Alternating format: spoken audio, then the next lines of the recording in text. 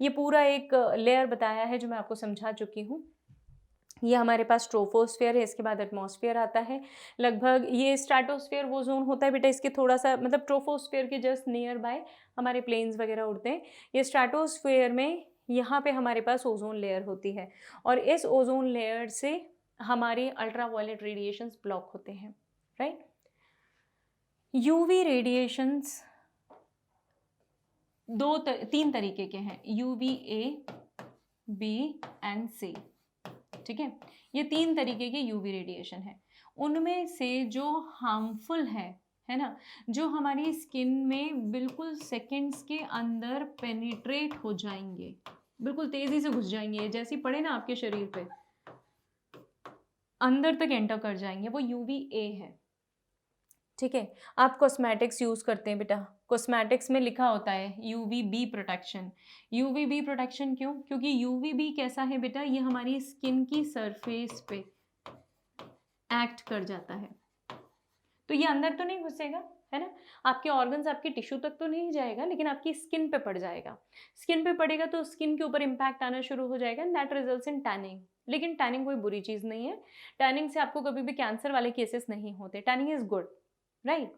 तो ये हमारी स्किन के सरफेस पे एक्ट करता है। यूवीसी बिल्कुल काम नहीं करेगा, UVC do not touch at all. तो इसको तो मैं पेनिट्रेशन पावर बहुत ही कम होती है, मतलब होती ही नहीं है ऐसा बोल लो, नो पेनिट्रेशन लिख रही हूँ मैं इसके लिए। So it have no penetration, तो इससे तो मुझे टेंशन की कोई बात ही नहीं है, इससे भी मुझे कोई खासा टेंशन नहीं है क्योंकि स्किन सरफेस पे ही टकरा रही है।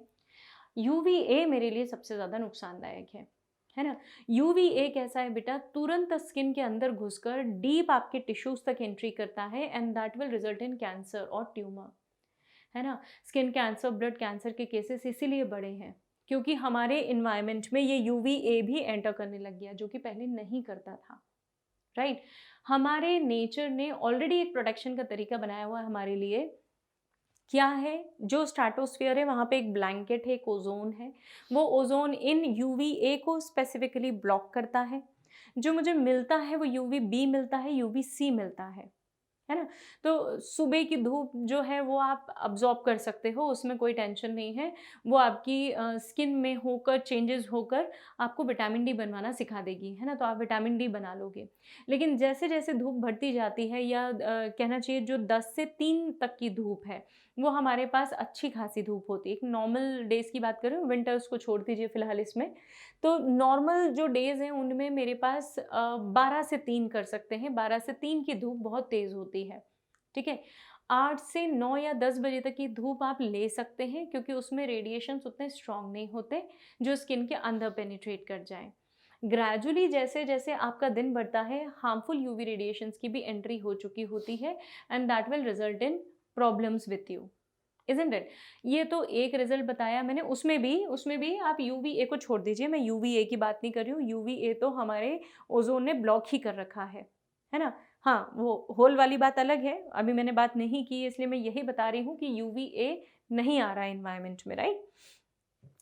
ये और भी तरीकों से नुकसान पहुँचाता है यूवी रे, हमारे डीएनए और प्रोटीन्स को डैमेज करता है। अब अगर डीएनए आपकी फंक्शनल यूनिट है बेटा, है ना, जेनेटिक मटेरियल है, प्रोटीन आपके पास फंक्शनल है, तो ये दोनों हमारी बॉडी में अगर डैमेज हो गए तो obviously our body is not going to work properly. ये केमिकल बॉन्ड्स को ब्रेक करता है, हमारे बॉन्ड्स को तोड़कर मॉलिक्यूल्स को सेपरेट कर देगा, अलग-अलग कर देगा, राइट? थिकनेस जो हमारे पास ओज़ोन का है वो डॉप्सन यूनिट में मेजर होता है। We measure it by the help of DU. 1 DU is somewhere equals to 0.01 mm, ठीक है? इतना उसका थिकनेस होता है बेटा डॉप्सन। डॉप्सन यूनिट हम और भी कई जगहों पे यूज़ करते हैं। डेसिबल अलग है, that is indicated by dB, वो नॉइज़ के लिए होता है। डॉप्सन यूनिट अलग है। तो ओज़ोन की थिकनेस को, ये यहाँ पे जो ओज़ोन की थिकनेस है उसे हम डॉप्सन में मेजर करते हैं और वो थिकनेस हमारे pass on an average calculated है, लेकिन हर जगह पे स्पेशली अंटार्कटिका में उसकी थिकनेस कम है। ठीक है? तो हमने बाकायदा इसकी कैलकुलेशंस करके रखे हैं और कहाँ पे थिन है हमें ये भी पता है। जहाँ थिन है वहाँ पे ये तय है कि वहाँ पे हार्मफुल रेडिएशंस हैं या वहाँ पे किसी एक पर्टिकुलर फिनोमेनन के कारण क्या हो रहा है, ये UV radiation sorry ozone layer की थिनिंग होती जा रही है, राइट? तो चलिए आगे बढ़ते हैं अब हम। Formation and degradation of ozone layer, है ना? Consider it to be layer. ये मेरे पास सन रेडिएशंस हैं। सन रेडिएशंस को ब्लॉक करने के लिए यहाँ पे एनवायरनमेंट में मेरे पास एक ब्लैंकेट है, ठीक है। Imagine this as a blanket. यहाँ से हार्मफुल यूवी रेडिएशंस आई और रिफ्लेक्ट बैक हो गई, लेकिन जो यूज़फुल रेडिएशंस हैं वो मेरे पास अंदर तक एंटर हो गए, है ना। इन्हें तो मैंने यूज़ कर लिया। अब जो निकल चुके हैं उनके बारे में मैं बात करूँगी।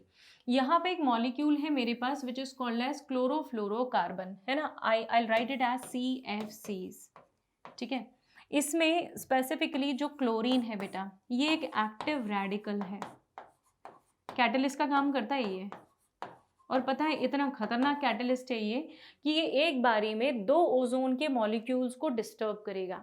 सो अगर ये एक क्लोरीन की मैं बात करूं, so it is going to disturb 2 ozone molecule O3। Imagine अगर आपने एक भी मॉलिक्यूल CFC लिया है तो एट ए टाइम वो 2 को डिस्टर्ब कर रहा है ना। और दूसरी खतरनाक बात ये कि इसके ऊपर काम करने के बाद ये इनएक्टिव मोड में नहीं जाएगा, ये अभी भी एक्टिव रहेगा। ये किसी दूसरे को भी टारगेट कर लेगा, मतलब इसने किसी दूसरे ओजोन को भी टारगेट कर लिया, उसको उन 2 ओजोन को ब्रेक किया, तीसरे को टारगेट कर दिया, उन 2 को ब्रेक किया, चौथे को टारगेट कर लिया। मतलब इमेजिन आपने थोड़ा सा भी CFC क्लोरोफ्लोरोकार्बन अगर रिलीज की एटमॉस्फेयर में तो it is going to damage so many ozone molecules together, है ना। ग्रेजुअली ये जो लेयर है मेरे पास, ये लेयर ब्रेक हो जाएगी और इस लेयर में होल क्रिएट हो जाएंगे। मतलब ये लेयर यहाँ पे इतनी थिक थी, इट वॉज दिस थिक, है ना। अब ये यहाँ पे पतली हो गई, यहाँ पे फिर थिकनेस है। तो जिस जगह पे ये ओजोन होल्स क्रिएट हुए हैं उस जगह पे एटमॉस्फेयर के हार्मफुल यूवी रेडिएशन अंदर आ जाएंगे, राइट। ओजोन होल का सही मायनों में मतलब क्या है, जब आप डॉप्सन यूनिट की मदद से इस लेयर की थिकनेस को मेजर करेंगे तो जिन जगहों पे लेयर की थिनिंग हो गई है, पतली हो गई है, वहाँ से यूवी रेडिएशंस की एंट्री पॉसिबल है। और जहाँ से यूवी रेडिएशंस की एंट्री पॉसिबल है, बस उसी जोन, उसी एरिया को मैंने क्या कहा है, ozone hole. And this is what is referred as depletion of ozone layer. This is called as depletion of ozone layer. तो कौन कर रहा है बेटा, CFC कर रहे हैं। और एक CFC में क्या एक्टिव कंपोनेंट है, क्लोरीन एक्टिव रेडिकल है, कैटलिस्ट का काम करता है। एक क्लोरीन एक बार में 2 ओजोन को डिस्टर्ब कर सकता है, प्लस इट इज स्टेबलाइज्ड, बहुत लंबे समय तक नेचर में वहीं बना रहेगा और डाइजेस्ट करता ही जाएगा, डिग्रेड करता ही जाएगा ओजोन के मॉलिक्यूल्स को, राइट। तो इस तरीके से ओजोन का डिप्लीशन है। This is the entire process which I have discussed. एक बार फिर बताती हूँ, ये O का फ्री O रेडिकल्स है बेटा मेरे पास, है ना। फ्री O रेडिकल्स मतलब इन दोनों को आप कंबाइन कर देंगे तो यू विल गेट O2। ये O2 एक और फ्री ऑक्सीजन रेडिकल से कंबाइन हो गया तो it will give you O3, है ना। ये O3 का एक मॉलिक्यूल बना। ये सब किसके प्रेजेंस में बेटा, यूवी रेडिएशन के प्रेजेंस में। ये प्रोसेस हमेशा फॉरवर्ड डायरेक्शन में चलती रहेगी। ओजोन के मॉलिक्यूल्स आपस में कनेक्ट होते रहेंगे, कनेक्ट होकर एक ब्लैंकेट बनाते रहेंगे और ओजोन की लेयर बनती रहेगी। ये नेचुरल प्रोसेस है, ठीक है। अब यूवी रेडिएशंस मेरे पास हार्मफुल वाले भी हैं, मैंने आपको अभी बताया था। तो इमेजिन यहाँ पे भी यूवी एक्ट किया, हाई रेडिएशन वाला है ये, है ना। तो ये O3 ब्रेक हो गया इनटू O2 and O, ये अलग निकल गया और ये अलग निकल गया। इसके बनने से मुझे कोई समस्या नहीं है क्योंकि ये तो मैं इनहेल कर लेती हूँ, रेस्पिरेटरी गैस है ये तो। पर इसके टूटने से मुझे प्रॉब्लम है ना। ऑक्सीजन के बनने से तो ऑब्वियसली आपको कोई दिक्कत नहीं है, लेकिन आपको O3 के टूटने से प्रॉब्लम है क्योंकि ये अलग कंपोनेंट, मतलब एक ओजोन कम हो गया, इजंट इट। तो ये प्रोसेस फॉरवर्ड और बैकवर्ड दोनों डायरेक्शन में नेचर में चलती रहती है, हमेशा से चलती रहती है।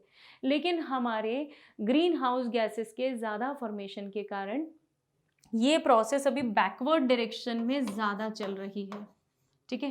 तो ये बनने का रेट कम हो गया बेटा और टूटने का रेट बढ़ गया, इसीलिए ओजोन होल जो है मेरे पास एक समस्या बन गया। अदरवाइज ये मेरे पास प्रॉब्लम के फॉर्म में कभी नहीं था।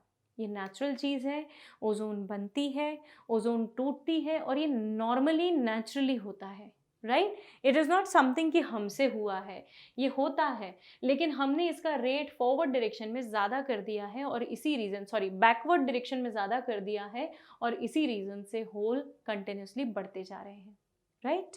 सो this is what is ozone layer depletion. और इसीलिए there should be a balance between production and degradation of ozone. आप अगर दोनों चीज़ों को बैलेंस रखेंगे तो इट्स अ नॉर्मल प्रोसेस, लेकिन एक ज़्यादा होगा एक कम होगा तो it will be a trouble. Ozone layer के डिप्लीशन के जो इम्पैक्ट्स हैं, जो नेगेटिव एस्पेक्ट्स हैं, हमें वो डिस्कस करना है। तो देखते हैं हम ये ओजोन होल के कारण जो हार्मफुल यूवी रेडिएशंस अर्थ के एटमॉस्फेयर में एंटर हो रहे हैं, ये यूवी रेडिएशंस हमारी बॉडी पे कैसे इम्पैक्ट डालते हैं, राइट।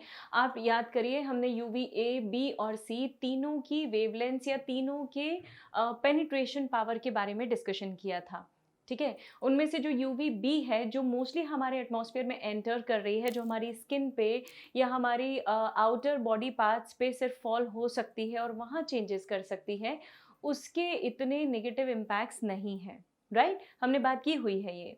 यूवीसी जो है वो स्किन के ऊपर बिल्कुल भी अफेक्ट नहीं करता, तो हमें उससे कोई टेंशन नहीं है। यूवीए का सबसे ज़्यादा पेनिट्रेशन पावर है, यूवीए सबसे ज़्यादा स्किन के अंदर एंटर करता है, राइट। और इसीलिए ये जो यूवीए रेडिएशन स्किन के अंदर एंटर करते हैं, इनके कारण म्यूटेशंस और कैंसर के केसेस बहुत ज़्यादा क्विकली हमने ऑब्जर्व किए।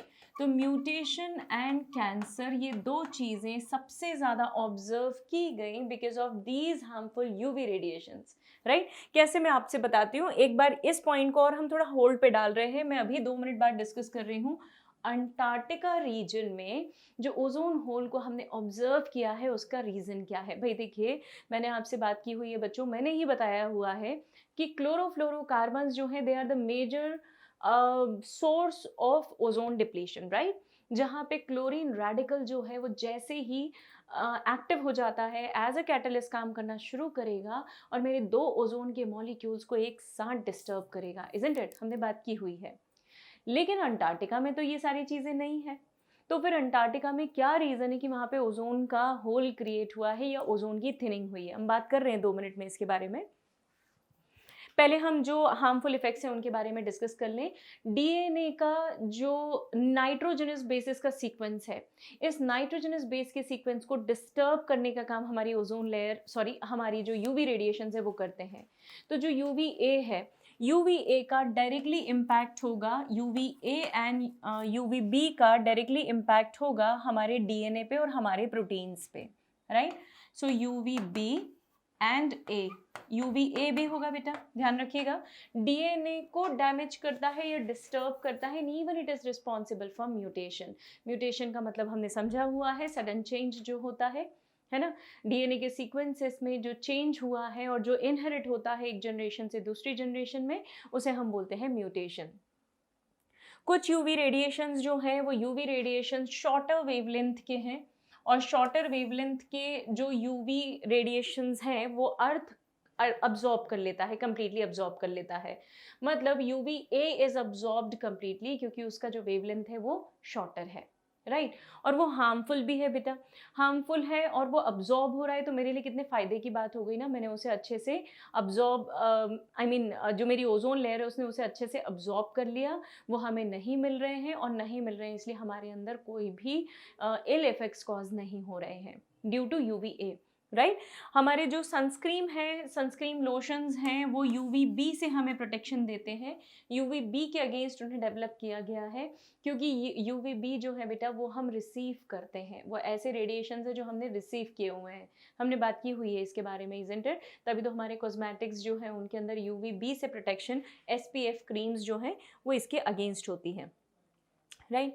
तो स्किन कैंसर के केसेस, ट्यूमर के केसेस जो हैं ये बढ़ने लगे हैं, बिकॉज जो लेयर है वो लेयर थिन होना शुरू हुई है। अब देखते हैं, अंटार्कटिका वाले टॉपिक पे हम आ रहे हैं। हमारे ये अर्थ है सपोज बेटा, सॉरी, और यहाँ पे ये मेरे पास ओजोन की एक लेयर है, ये पूरी ओजोन की लेयर है, ये एक ब्लैंकेट है जिसने हमारी अर्थ को हर तरीके से कवर अप कर रहा हुआ है ना।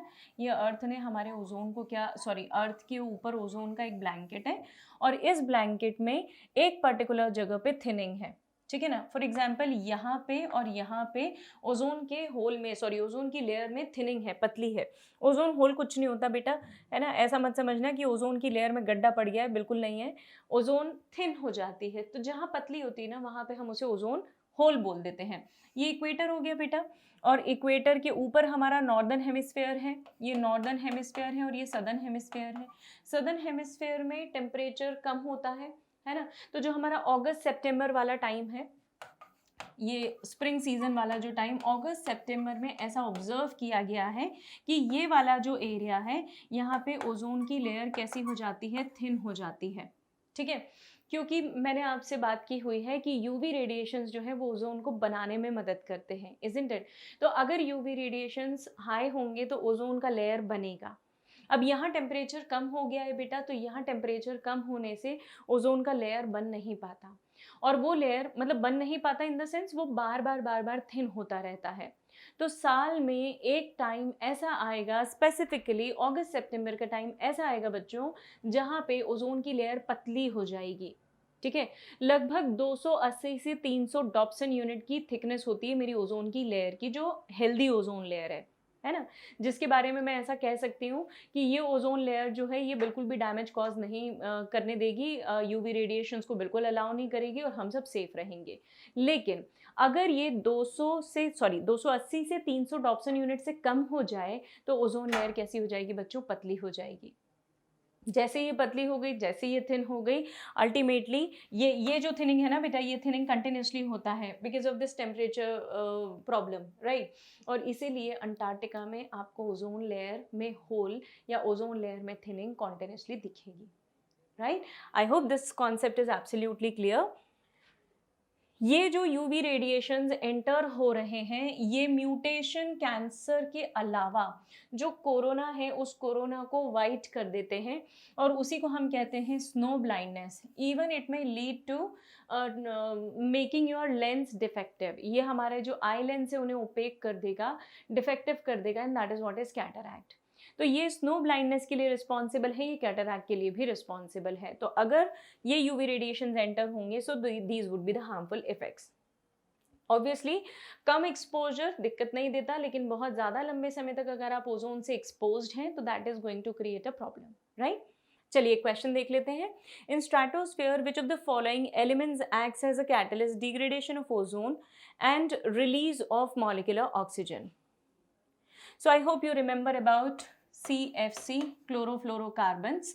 उसमें ये जो क्लोरीन है ये acts as this acts as a free radical, और क्योंकि ये फ्री रेडिकल के फॉर्म में काम करता है, इट डिप्लीट्स टू और rather it makes two ozone molecules unstable, और इसीलिए ये बहुत इजीली एक क्लोरीन मॉलिक्यूल दो ओजोन को डिस्टर्ब कर सकता है, right. So the answer is C। अच्छा, मैं एक चीज़ और बता देती हूँ बेटा आपको।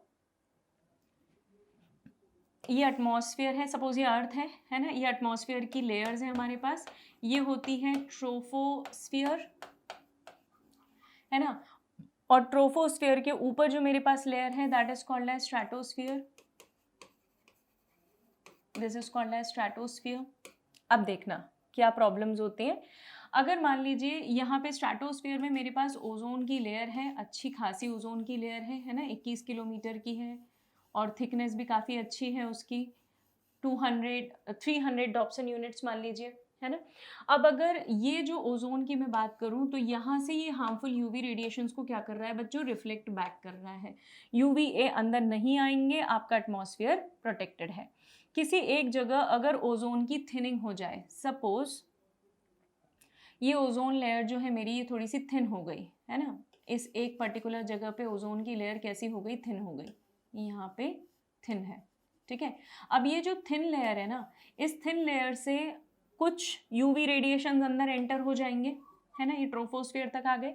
अब ये जो यूवी रेडिएशन अंदर एंटर हुए हैं ये वहाँ पर भी कुछ ओजोन के मॉलिक्यूल्स के बनने के लिए रिस्पॉन्सिबल हो जाएंगे। तो यहाँ पे कुछ ओजोन के मॉलिक्यूल्स और बन गए, ये स्कैटर्ड है ना। ये जो ओजोन था मुझे हार्मफुल रेडिएशन से बचा रहा था, so this is good ozone. और ये जो नीचे वाले ओजोन बने हैं, ये जो मॉलिक्यूल्स बने हैं, ये उल्टा रेडिएशंस को ट्रैप करेंगे, they are harmful, they act as a pollutant and we call it as bad ozone. I hope this is clear. Right तो एक गुड ओजोन होता है बेटा, एक बैड ओजोन होता है। बैड ओजोन जब ट्रोपोस्फियर में ओजोन बनना शुरू हो जाए, ये लेयर के फॉर्म में नहीं बनेगा, it will be scattered here and there, और जो ऊपर की लेयर्स में बनता है that is called as good ozone, right, क्योंकि वो that acts as a blanket, you know that. So the answer is chloride radicals, right. So we have already talked about it. आइए नेक्स्ट क्वेश्चन की तरफ चलते हैं। World ozone day is celebrated, है ना, 21st April, 5th June, 22nd April and 16 September। You need to remember it directly, आप इसे सीधा याद कर लें, इट इज 16 September, क्योंकि हमारे पास जो बचे हुए दिन हैं ये फैक्ट बेस्ड है, इसलिए just remember them. 5th June जो है, सॉरी 5th June जो है that is celebrated as world environment day, okay. 21st April national civil day होता है, 22nd April world national earth day है ना, it is world earth day, basically world earth day के form में celebrate होता है। सो बाकी डेज के वैल्यूज अलग अलग हैं, just remember about the September date, 16 September। Snow blindness in Antarctica region is due to, हमने अभी बात की है तो आपको सोचने की भी ज़रूरत नहीं है, आप तुरंत आंसर बता दीजिए। It is due to the damage of retina caused by high infrared red rays, it is not the answer। high reflection of the light from the snow, बेटा कोशिश करें आप डी सी बी और A option से पढ़ें, क्योंकि mostly ए और B option जो होते हैं ना वो मिसलीडिंग ऑप्शंस होते हैं, तो अगर आप उल्टा चलेंगे ना तो आपकी क्लैरिटी ज़्यादा होगी और आंसर गलत होने के चांसेस कम हो जाएंगे, है ना, तो हमेशा डी ऑप्शन से चलिए। So damage to retina caused by infrared rays, ये ऑब्वियसली नहीं है। High reflection of light from the snow, that could be। inflammation of cornea due to high dose of UVB radiation, could be। freezing of fluids in the eye by low temperature। अभी दो options तो आप सीधे सीधे ignore कर सकते हैं, fourth and first।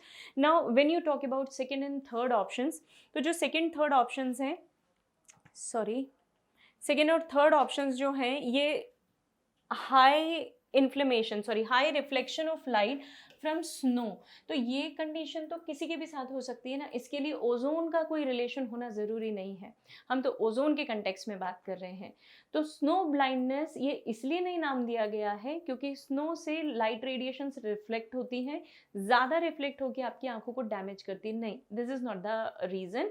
The reason is हमारा जो कॉर्निया है that becomes opaque, the curvature of the cornea gets changed, even lens भी ओपैक हो जाता है, जो कैटरेक्ट वाली सिचुएशन है वो आ जाती है। So the right answer here is inflammation, that is 2, inflammation of cornea due to high dose of UVB radiation. Remember हमने UVB और UVA इन दो पे ज़्यादा फोकस किया था। आप अगर बहुत लंबे समय, UVA तो आता ही नहीं है बच्चों, तो उसे तो इग्नोर ही कर दीजिए आप, है ना, वो तो हमारे ओजोन ब्लैंकेट ने पहले ही रिफ्लेक्ट करके रखा है हमारे लिए, तो वी आर सेफ। आता क्या है एटमॉस्फेयर में अंदर, UVB, तो ज़्यादा तकलीफ आपको किससे हो सकती है, B से, क्योंकि स्किन के सरफेस पे UVB is active, isn't it. Penetration power UVB का कंपैरेटिवली कम होता है। UVA हमने बात की हुई है पहले, UVA से कम होता है और UVC से ज़्यादा होता है, ये ऑर्डर लिखा है मैंने।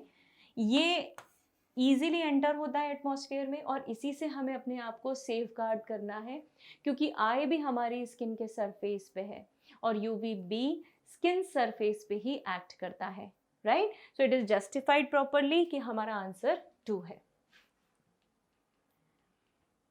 So here is the explanation, inflammation of cornea is due to high dose of UVB radiation, क्योंकि UVB DNA को चेंज करता है, म्यूटेशन कॉज करता है, कैंसर कॉज करता है, कॉर्निया को भी डिस्टर्ब करता है। अब क्योंकि ओजोन डिप्लीशन जो है ये एक बहुत बड़ी प्रॉब्लम बन गया है, पूरे वर्ल्ड के लिए बहुत बड़ी समस्या है, इससे डील करने के लिए कुछ प्रोटोकॉल्स बनाए गए हैं, राइट। इन प्रोटोकॉल्स में एक मोस्ट इंपॉर्टेंट प्रोटोकॉल है मॉन्ट्रियल प्रोटोकॉल, राइट। ये देखिए अर्थ के अलग अलग पिक्चर्स हैं, सैटेलाइट पिक्चर्स हैं ये आपके सामने, उसमें एक इंटरप्रिटेशन मैं आपको बताती हूँ। ये NCERT में कहीं मिलेगा नहीं, बट आपको इंटरप्रीट करते आना चाहिए। अगर इस एंगल से, या सपोज 1979 में मैंने अर्थ को देखा, तो यहाँ पे ये जो रेड कलर की रेडिएशंस है ना, ये काफ़ी कम दिख रहे हैं, मतलब उस समय ओजोन के अंदर जो होल था दैट वाज नेचुरल। याद करिए मैंने आपको पहले भी बताया है बेटा कि ओजोन लेयर में जो होल्स बनते हैं वो नेचुरली बनते हैं और नेचुरली भर भी जाते हैं, इजंट इट। तो ये नेचुरल कॉज है। 1988 में ये लेयर बहुत बड़ी हो गई है, isn't it? ये लेयर जो इतनी बड़ी हो गई है, इसका क्लियर इंडिकेशन है कि सदर्न हेमिस्फेयर में ओजोन का थिनिंग सबसे ज़्यादा है। ये नॉर्दर्न हेमिस्फेयर है, ये सदर्न हेमिस्फेयर है। तो सदर्न हेमिस्फेयर में ओजोन की लेयर में थिनिंग सबसे ज़्यादा है, मतलब 280 से 300 डॉप्सन यूनिट। जो मैंने डेटा बोला था आपसे, उससे ये वैल्यू काफ़ी कम है। और बस यही वो जोन है जहाँ से harmful UV radiations can enter into the atmosphere. I hope this makes a sense, right? तो ये कुछ इमेजेस हैं, जो इमेजेस ये जस्टिफाई करती हैं कि ओजोन की थिनिंग हो रही है। अब चलिए इसमें फैक्ट बेस्ड इन्फॉर्मेशन जो हमारी एनसीईआरटी कहती है वो भी देख लेते हैं, याद कर लेते हैं। मॉन्ट्रियल प्रोटोकॉल एक इंटरनेशनल ट्रीटी है जिसको साइन किया गया था कई कंट्रीज़ ने। 1987 में हमने इस ट्रीटी को साइन किया था। ये कनाडा में इसकी जो कॉन्फ्रेंस है, जो इंटरनेशनल लेवल की कॉन्फ्रेंस थी, वो कनाडा में हेल्ड हुई थी। और वहीं पे ये सारे रूल्स फॉर्मुलेट हुए थे कि हमें इमिशन ऑफ सीएफसी को कंट्रोल करना है। तो ग्रेजुअली तो बेटा सीएफसी को बैन ही कर दिया है ना। रेफ्रिजरेटर्स में एग्जैक्टली सीएफसी तो नहीं निकलते, लेकिन हाँ सीएफसी लाइक सब्सटेंसेस निकलते हैं। सीएफसी को बैन करके उसका एक ऑल्टरनेटिव जब हम सोचने बैठे तो हमें मिला हाइड्रोफ्लोरोकार्बन HFC, ठीक है। लेकिन इनका भी इम्पैक्ट उतना ही था जितना सीएफसी का था। तो मैं दोनों नहीं यूज़ कर सकती, मुझे दोनों ही नहीं यूज़ करना है, ना तो रॉकेट प्रोपेलेंट्स में, ना रेफ्रिजरेटर्स में, ना एसी में। एसी से सबसे ज़्यादा सीएफसी रिलीज होता है, right.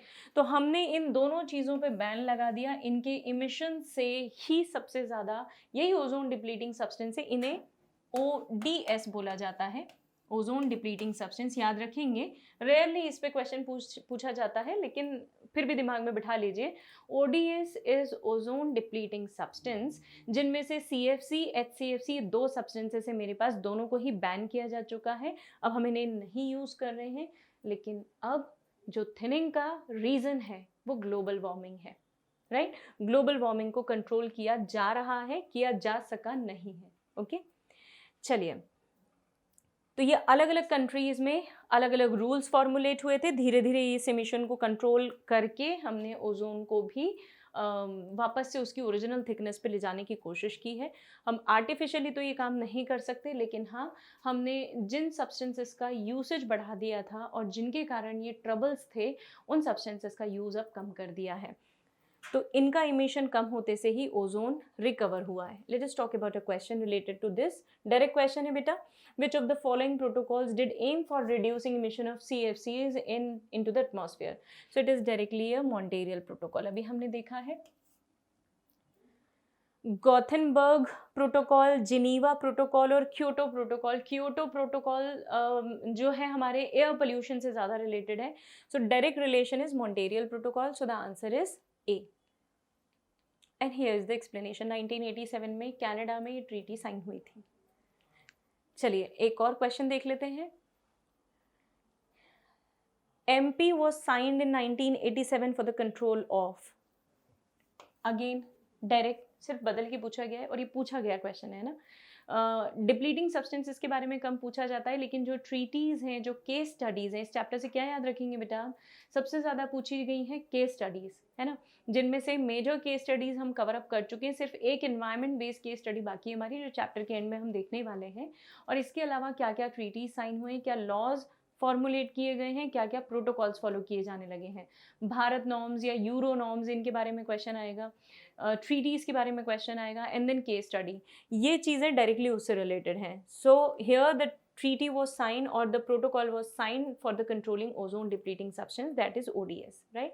So the answer is B, 2, second मतलब।